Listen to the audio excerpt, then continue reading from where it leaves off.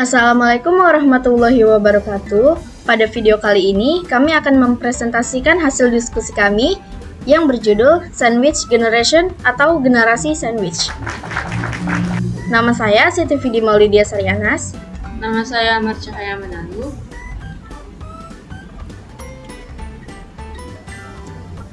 Yang akan kita bahas pada presentasi kali ini yaitu yang pertama ada latar belakang, yang kedua ada empati, yang ketiga ada definisi, yang keempat ada ideasi, yang kelima ada prototype, yang keenam ada storyboard, dan yang ketujuh ada uji coba.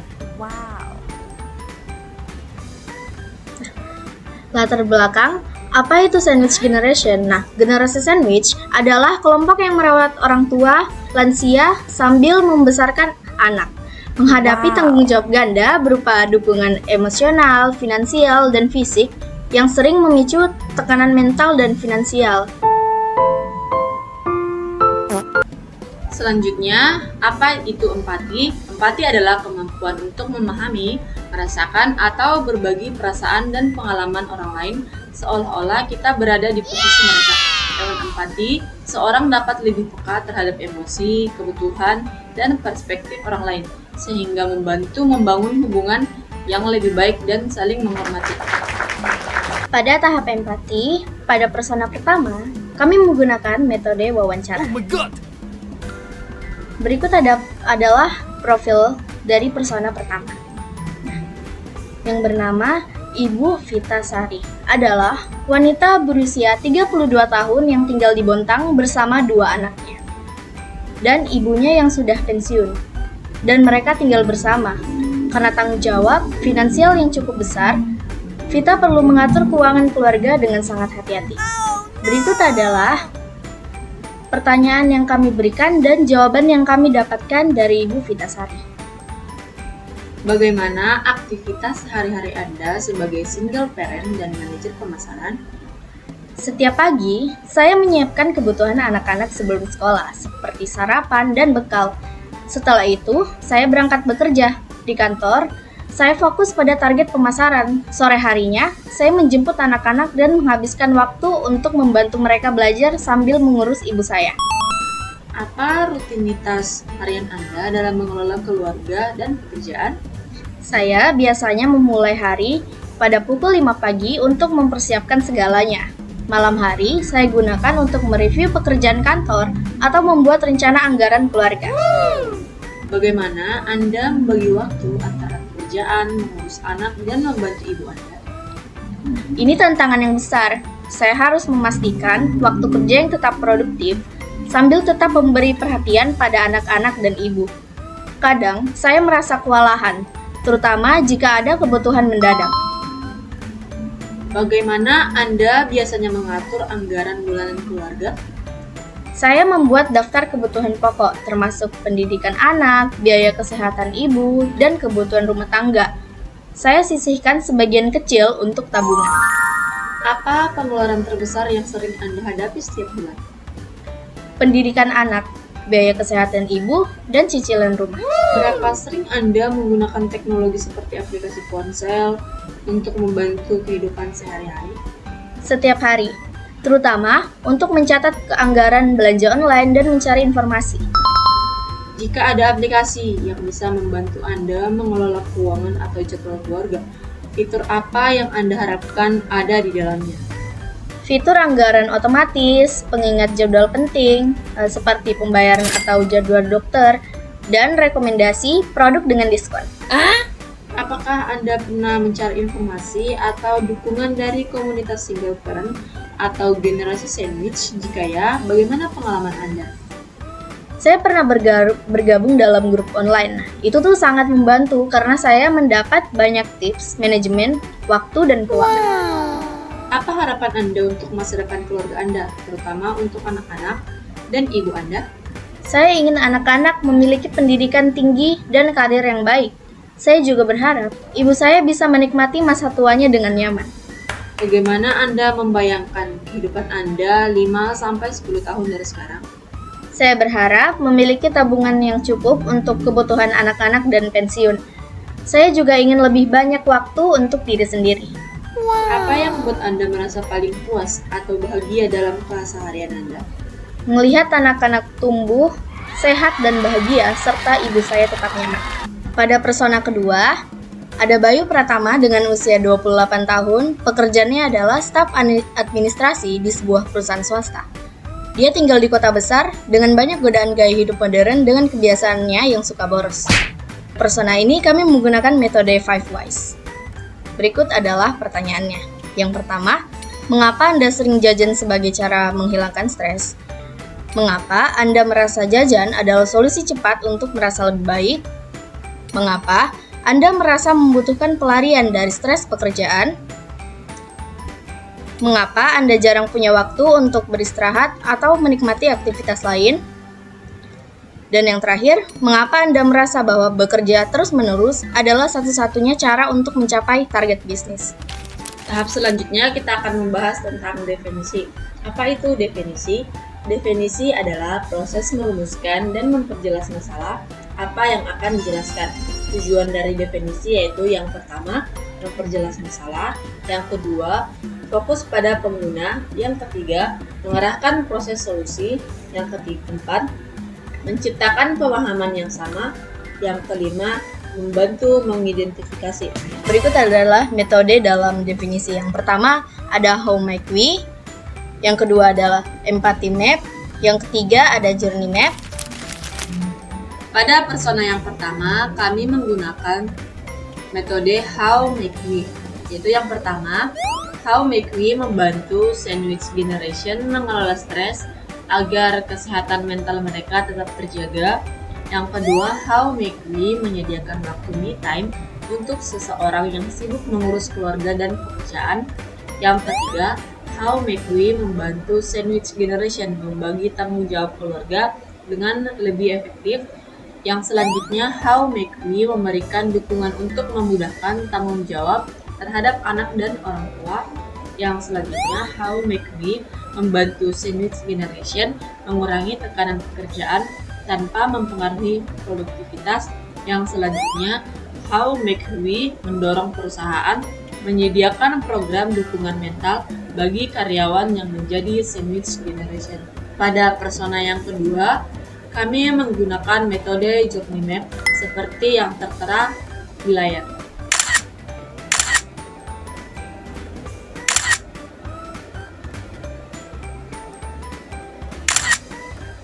Berikutnya adalah tahap ideasi. Apa sih itu ideasi? Ideasi adalah proses kreatif di mana kita menghasilkan berbagai ide baru, gagasan atau konsep. Ini seperti menanam benih-benih pemikiran yang kemudian dapat tumbuh menjadi solusi inovatif untuk masalah yang kita hadapi. Nice. Tujuan ideasi yang pertama adalah menghasilkan solusi kreatif, mendorong berpikir luar biasa, menjelajahi berbagai kemungkinan, menyatukan berbagai perspektif, dan yang terakhir, mengeksplorasi inovasi. Wow. Metode-metode dalam ideasi. Yang pertama yaitu mind mapping. Yang kedua ada scamper. Yang ketiga ada round robin brainstorming. Yang keempat ada six thinking head. Pada tahap ini, kami menggunakan metode Six Thinking Head, seperti yang tertera di layar. Pada tahap selanjutnya yaitu kita akan membahas prototype. Apa sih itu prototype?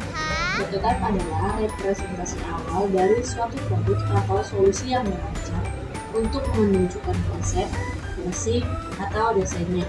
Tujuan dari prototype yaitu yang pertama, mengujikan konsep atau ide, mengumpulkan umpan balik, mengidentifikasi masalah, yang terakhir yaitu menguji fungsi dari desain. Di metode prototype, yang pertama itu adalah low fidelity, dan yang kedua ada metode high fidelity. Pada tahap ini, kami menggunakan metode high fidelity.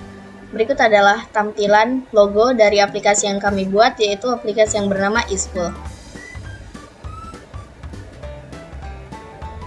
Berikutnya adalah menu login, silakan masukkan email dan password, dan jika belum punya akun, silakan daftarkan akun Anda.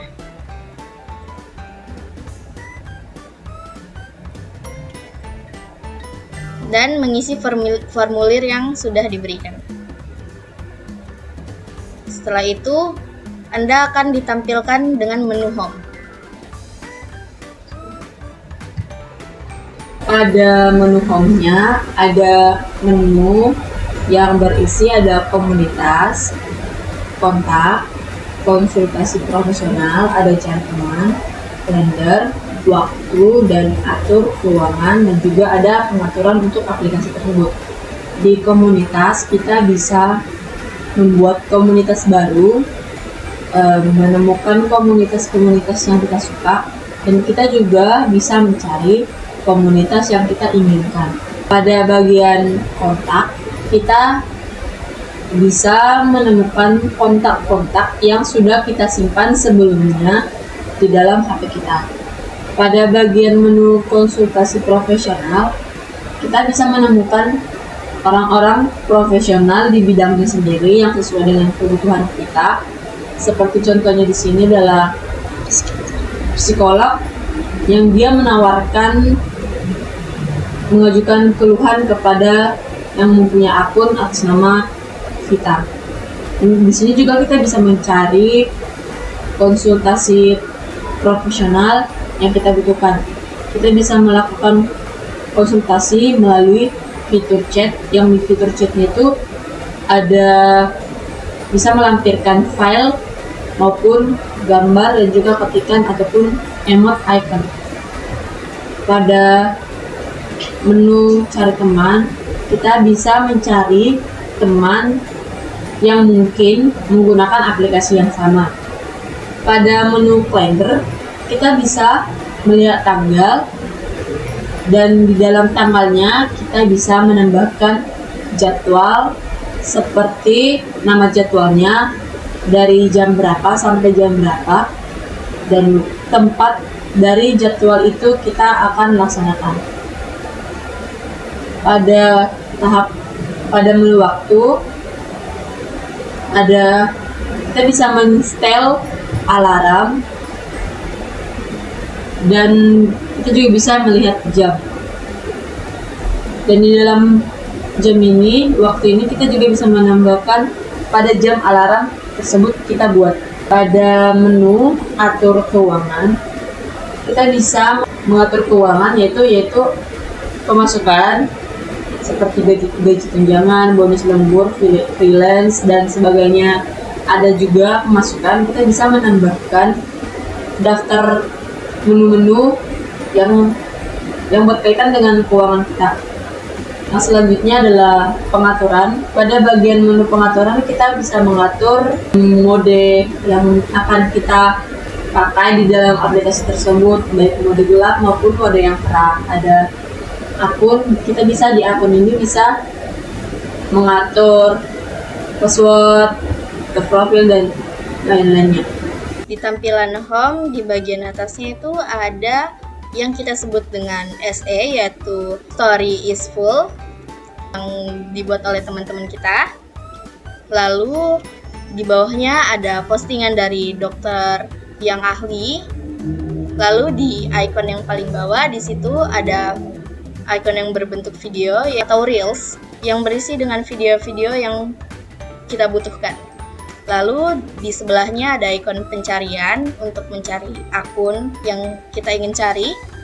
Lalu di sampingnya ada ikon artikel yang berhubungan dengan masalah-masalah yang pengguna hadapi.